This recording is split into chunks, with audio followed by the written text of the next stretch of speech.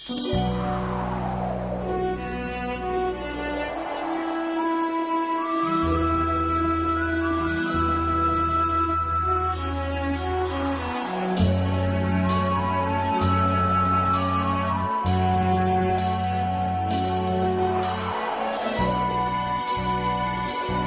นแคมฟังของเลี้ยมองตามสายนาทีเดือนดาวเป่งประกายสีอาบสายวาลีคืนนี้งามเด่นนาดน้ำแม่พองเพื่อทองตามสายลมเย็นภูมิใจเมื่อใดแลเห็นเราถือเป็นความสุขหัวใจยืนแคมฟังของปกป้องเขตน้ำแดนดินชีวิตคนลาวบ่สิ้นคืนแผ่นดินนี้ยังบ่หาย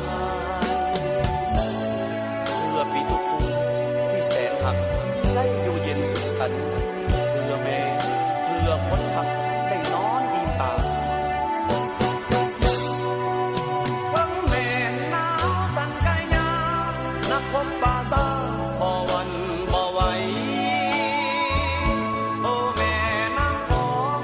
ลาวทั้งพ้องหักดังสายใจน้ำของนาวันเย็นใสลองไหลไปตามแสงสว่างหากผู้ที่มาล่วงล้ำหน้าน้ำแม่ของพวกมันต้องถือกระแสฟองแม่น้ำของทั้งลงลีพี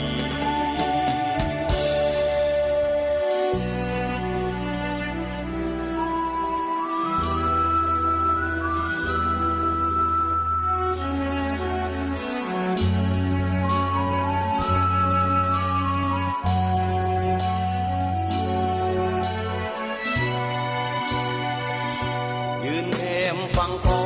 งปกป้องเขตน้ำแดนดินชีวิตคนลาวบ่สิ้นคืนแผ่นดินนี้ยังบ่หายเพื่อปีทุกภูที่แสนหักได้อยู่เย็นสุขสันต์เพื่อแม่เพื่อคนทักได้นอนอิ่มตาวังแม่หนาวสั่นกายยานักพบป่าซาพอวันบ่ไหวโอ้แม่น้ำของลาวทั้งพ้องหักดังสายใจน้ำของนับวันเย็นใส